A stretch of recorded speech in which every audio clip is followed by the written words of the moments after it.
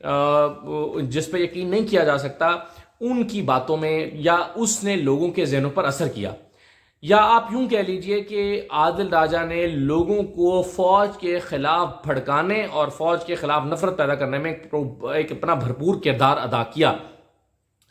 اور اس میں بہت ساری چیزیں ایسی تھیں جو میں پھر کہوں گا کہ شاید وہ درست نہیں ہوں گی، لیکن بہرحال چونکہ عادل راجہ کو وہی لوگ سنتے ہیں جو پی ٹی آئی کو سنتے ہیں، اور جو وہی لوگ سنتے ہیں جو پی ٹی آئی کے ساتھ ہمدردی یا ان کے کارکن ہیں، وہی عادل راجہ کو بھی رکھتے ہیں. لیکن پھر بھی اس کے باوجود میں سمجھتا ہوں کہ لوگوں کو اس بات کا ادراک ضرور ہونا چاہیے، کارکنوں کو، کہ ٹھیک ہے اسٹیبلشمنٹ کا ایک کردار پاکستان کی سیاست میں رہا ہے. میں بھی یہی سمجھتا ہوں کہ عمران خان کی حکومت کو ختم کرنے میں اسٹیبلشمنٹ کا ہی کردار ہے. میں یہ بھی مانتا ہوں کہ عمران خان کو دوبارہ اقتدار میں نہ لانے دینے میں بھی اسٹیبلشمنٹ کا ہی کردار رہا ہے. میں یہ بھی مانتا ہوں کہ آج جو لڑائی چل رہی ہے وہ بھی اسٹیبلشمنٹ اور عمران خان کے درمیان ہی چل رہی ہے.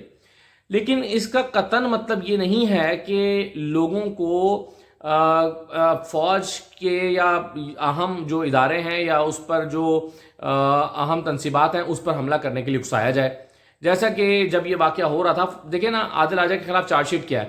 عادل راجہ کے خلاف چارج شیٹ یہ ہے کہ جب 9 مئی کا واقعات ہو رہے تھے تو عادل راجہ اس وقت لائیو بیٹھ کے لوکیشنز بتا رہے تھے کہ فوج کا فلاں اہم حساس ادارہ دفتر فلاں جگہ پر ہے، فلاں جگہ پر فلاں ہے، اور اگر اتنے لوگ اس میں داخل ہو جائیں تو یہ ہوگا اور وہ ہوگا. تو لوگ انفلوئنس تو ہوتے ہیں، عام کارکن بھی ہوتے ہیں. وہ الگ بات ہے کہ یہ ایک تحقیقات اپنے طور پر ہونی چاہیے کہ کتنا پلان تھا یا کتنا ٹریپ تھا یا کیا تھا، اس بحث میں جائے بغیر بہرحال کچھ پی ٹی آئی کے ہمدرد بھی تو اس بہکاوے یا ورغلاوے میں آ گئے تھے نا، وہ تو ہوا تھا. تو یہ لوگ کس سے متاثر ہوئے تھے، کس کے کہنے پر متاثر ہوئے تھے؟ تو may be Adil Raja is one of them. ان میں سے شاید وہ ایک کردار ہیں جو کہ بہت زیادہ لوگوں کو انسائٹ کر رہے تھے، اور یہی ان کے اوپر چارج شیٹ بھی ہے اور یہ تیار کی گئی ہے. اب میری معلومات تو یہاں تک بھی ہیں کہ شاید عادل راجہ کے پاکستان تحریک انصاف کی اہم قیادت کے ساتھ بھی کچھ ٹیلی فون کالز کا ریکارڈ اسٹیبلشمنٹ کے پاس موجود ہے جو وقت آنے پر استعمال کیا جا سکتا ہے. لیکن مجموعی طور پر کل ملا کر دیکھتے ہیں تو میں یہ سمجھتا ہوں کہ عادل راجہ نے پاکستان تحریک انصاف کا کافی نقصان کیا ہے. جو پاکستان تحریک انصاف آج چیزیں بھگت رہی ہے اس میں ہو سکتا ہے کہ پی ٹی آئی کی بھی کچھ غلطیاں ہوں اور ہو سکتا ہے نہ بھی ہوں اور ٹریپ ہو گئے ہوں، لیکن بہرحال اس میں کچھ نہ کچھ کردار جو ہے وہ عادل راجہ کا رہا ہے. اب یہ میری ایک اوپینین ہے، آپ اس سے اختلاف کر سکتے ہیں، عادل راجہ اس سے اختلاف کر سکتے ہیں، کوئی اور بھی پی ٹی آئی کا ہمدرد جو عادل راجہ کو پسند کرتا ہے وہ بھی اختلاف کر سکتا ہے. لیکن بہرحال یہ میری ایک آنیسٹ اوپینین ہے جو میں آپ کے ساتھ شیئر کر رہا ہوں. اور میں یہ سمجھتا ہوں کہ بہت زیادہ مبالغہ آرائی کرنے کی وجہ سے، چونکہ اچھا یہ ہو سکتا ہے کہ عادل راجہ چونکہ صحافی نہیں ہے اور وہ اس بات کا خیال نہیں رکھتے کہ کون سی بات تصدیق کے ساتھ آن ایئر کرنی ہے اور کون سی بغیر تصدیق کے بھی آن ایئر کی جا سکتی ہے. ہو سکتا ہے کہ ہم جرنلسٹ بعض دفعہ خبر کو تین جگہوں سے جانچنے کے بعد یا تین جگہوں سے کاؤنٹر چیک کرنے کے بعد یا کم از کم 2 جگہ سے کاؤنٹر چیک کرنے کے بعد دیتے ہیں کہ سٹوری باؤنس نہ ہو جائے. تو جو لوگ جرنلسٹ نہیں ہوتے وہ ہو سکتا ہے کہ اس پیرائے میں یا ان باتوں کا خیال رکھے بغیر یہ کر رہے ہوں، تو یہ ممکن ہے کہ اس طرح سے چیزیں ہوں. لیکن بہرحال عادل راجہ جو ہیں وہ آج ان کے ساتھ جو لندن میں ہوا ہے وہ میں نے آپ کے ساتھ شیئر کر دیا. میری معلومات یہ ہیں کہ وہ اریسٹ نہیں ہوئے بلکہ ان کو وارن کیا گیا ہے اور ان پر سرٹن پابندیاں لگا دی گئی ہیں، اور ان میں سے ایک پابندی یہ بھی ہے کہ آپ نے ٹاؤن چھوڑنے سے پہلے ہمیں بتانا ہے، آپ ٹاؤن نہیں چھوڑ سکتے، ٹاؤن چھوڑنے سے پہلے بتائیں گے. یہ وہی پابندیاں جو الطاف حسین پہ آپ کو یاد ہوگا لگی تھیں، یا اس طرح کے اور بھی لوگوں پر جن پر یہ الزام ہوتا ہے کہ آپ انسائٹمنٹ کر رہے ہیں، آپ ورغلا رہے ہیں، لوگوں کو بہکا رہے ہیں، اور آپ کے انفلوئنس میں آ کے کئی لوگ جو ہیں وہ کوئی ایکٹ کر سکتے ہیں. یہی الطاف حسین نے کیا تھا جب اے آر وائی پہ ان کی تقریر کے بعد حملہ ہوا تھا. یہی جو ہے وہ شاید خالصتان موومنٹ کے والے لوگوں کے ساتھ بھی ہے، اور یہی شاید جو ہے وہ ان کے ساتھ بھی عادل راجہ کے ساتھ بھی ہو رہا ہے. تو بہرحال اب چیزیں جو ہیں وہ آنے والے دنوں میں ہمیں پتہ چلیں گی کہ جو عادل راجہ ہیں ان کا پھر کیا مستقبل ہوتا ہے، کیونکہ بہرحال ان کے حوالے سے ایک پورا کیس تو تیار کر لیا گیا ہے. ایک چیز اگر آپ مجھے اجازت دیں تو میں ضرور کرٹیسائز کرنا چاہتا ہوں. دیکھیں عمران خان صاحب جتنا بڑا لیڈر، جتنے بڑے وہ لیڈر ہیں، انہیں عادل راجہ یا اس طرح کے لوگوں کی پرائیویٹ محفلوں میں بھی تعریف نہیں کرنی چاہیے کہ وہ دیکھو کتنا زبردست کر رہا ہے. عمران خان جیسے لوگوں کا ویژن اتنا ہونا چاہیے کہ ان کو پتہ ہونا چاہیے کہ یہ فائدہ کر رہا ہے یا نقصان کر رہا ہے. ان کو پتہ ہونا چاہیے کہ یہ سرو کر رہا ہے ان کے پرپس کو یا وہ ان کو ٹریپ کر سکتا ہے یا ان کے لوگ جو ہیں اس میں آ سکتے ہیں. تو مجھے جو عادل راجہ یا اور کچھ لوگوں کا نام لے کر عمران خان جو ہے وہ اگر کامنٹ کرتے ہیں یا اپنے جو کارکنان جو کی بورڈ واریئرز جن کو وہ کہتے ہیں جو سوشل میڈیا کے لوگوں سے جب وہ ملتے ہیں اور اس میں وہ ان کی جب عادل راجہ کی تعریف کرتے ہیں تو شاید لوگ سمجھتے ہیں کہ ہاں یہ واقعی پی ٹی آئی کا بہت بڑا حامی ہے. تو بہرحال اب میں یہ سمجھتا ہوں کہ چیزیں جو ہیں وہ کافی گڑبڑ ہوئی ہیں اور اس میں عادل راجہ کے کردار کو اتنا زیادہ مثبت نہیں رہا. تو یہ میرا کامنٹ تھا. شاید میں دوبارہ ان پہ کامنٹ نہ کروں، بار بار نہ کروں، لیکن یہ کہ بہرحال آج میں پہلی مرتبہ اس پہ بول رہا ہوں تو میں نے کچھ اپنی باتیں جو میرے ذہن میں کافی دن سے تھیں وہ میں نے آپ کے سامنے رکھ دی ہیں.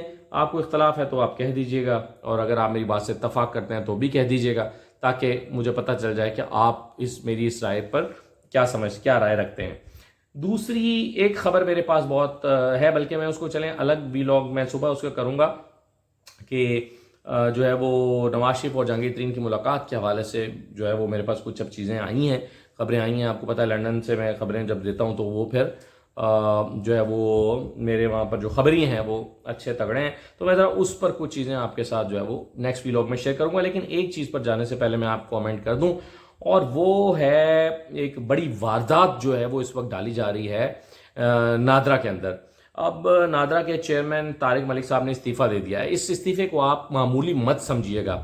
دیکھیے آخر کیا ہو رہا ہے الیکشن سے پہلے اور حلقہ بندیاں ہونی ہیں، ووٹ رجسٹریشن کا معاملہ ہے، ووٹوں کے ادھر سے ادھر جانے کا معاملہ ہے. تو یہ سب چیزیں کیا ہو رہی ہیں جس کی وجہ سے ان کو استعفیٰ دینا پڑا ہے. دیکھیں آپ ان کے ایک دفعہ پہلے بھی نون لیگ کے زمانے میں 2013 میں جب عمران خان نے دھاندلی کا الزام لگایا تھا اور کہا تھا کہ کچھ مخصوص تھیلے کھولے جائیں اور مخصوص حلقوں کے تھمب امپریشن چیک کیے جائیں اور چیک کیا جائے کہ یہ انگوٹھوں کے نشان اصلی ہیں یا جعلی ہیں، اور وہ کام نادرا نے کرنا تھا تو طارق ملک کو سیک کر دیا گیا تھا پی ایم ایل این کی طرف سے. پھر بعد میں ان کو بحال کیا گیا لیکن پھر وہ بعد میں اپنی عہدے جاب پر نہ رہے، پھر وہ باہر چلے گئے تھے، پھر آ کر دوبارہ چیئرمین نادرا لگائے گئے. لیکن آج ایک مرتبہ پھر پی ایم ایل این کی حکومت میں ان کو ریزائن کرنا پڑا ہے. لیکن ریزگنیشن سے پہلے انہوں نے جو اپنا استعفیٰ لکھا ہے اس میں وہ کہتے ہیں کہ my values are more important than compromises that are expected of me. وہ کہتے ہیں کہ جو مجھ سے کمپرومائزز ایکسپیکٹ کیے جا رہے ہیں وہ ان سے میری ویلیوز جو ہیں وہ زیادہ امپورٹنٹ ہیں، یعنی مجھ سے کمپرومائزز ایکسیپٹ کیے جا رہے ہیں. پھر وہ کہتے ہیں کہ I find it increasingly difficult to work in charged and polarised political environment. اس طرح کے ماحول میں اب کام کرنا بہت مشکل سمجھتا ہوں. It is difficult for any professional to maintain his integrity and independence in an environment that constantly pigeonholes people in an us versus them logic and where us versus them logic and where political loyalty is privileged over competence. اگر آپ کی political loyalty آپ کی جو ہے وہ آپ کی کمپیٹنس پر حاوی ہو جاتی ہے اور اس طرح کے ماحول میں جہاں پر آپ آزادی سے کام نہیں کر سکتے اور آپ کے اوپر پریشرز ڈالے جاتے ہیں تو وہ کام کرنے کو میں جو ہے وہ نہیں سمجھتا کہ یہ کام ہو سکتا ہے. پھر انہوں نے کہا however it is becoming increasingly difficult to maintain this important balancing act in the current politically charged environment. تو اس لیے وہ کہتے ہیں کہ میں اپنے عہدے سے استعفیٰ دے رہا ہوں چیئرمین نادرا کے طور پہ. تو اب آپ دیکھیے اور ان کا استعفیٰ فوراً ایکسیپٹ بھی کر لیا گیا ہے. تو اب آپ سوچئے نا کہ کیا ہو رہا ہے آخر اور کس طرح سے یہ چیزیں جو ہیں یہ معاملات چلانے کی کوشش کی جا رہی ہے اور الیکشن سے پہلے کیا کھچڑی پک رہی ہے الیکشن سے پہلے. یہ بڑا امپورٹنٹ ہے اور اس پر میرا خیال ہے ایک پوری گیم تیار کی جا رہی ہے کہ آپ کو پتہ ہے کہ ووٹرز کو پھر آپ ووٹ ڈالے جائیں گے آپ کا ووٹ ہی نہیں ہوگا. تو جہاں پر آپ کا ووٹ جہاں پر جو دیکھیں الیکٹیبلز کو یا الیکشن لڑنے والوں کو پتہ ہوتا ہے کہ میرے کون سے یوسیز میری ہیں اور کون سی یوسیز نہیں ہیں. آپ کہتے ہیں نا کہ 14 یوسیز ہیں جی اس حلقے میں اور 8 تو میری ہیں لیکن 6 میں نہیں جیت رہا، 6 ان کی ہیں میرے مخالف کی ہیں. ان 6 میں سے آپ اگر 4-5 ہزار ووٹ اٹھا کے ادھر ادھر کر دیں تو فرق تو ڈل جائے گا نا. تو اس طرح کی گیمیں بڑی تیار کی جاتی ہیں جو کہ اس وقت ہو بھی رہی ہیں. تو دیکھیے اس پر جو گیم ڈالنے والوں کے مخالفین ہیں یا مخالف سیاسی قوتیں ہیں یا جو پی ٹی آئی اور باقی لوگ ہیں، کیا اس پر وہ کوئی قدم اٹھاتے ہیں یا اٹھانے کی پوزیشن میں ہیں بھی یا نہیں، یہ بھی ایک سوال ہے۔ تو اجازت دیجیے، اللہ حافظ۔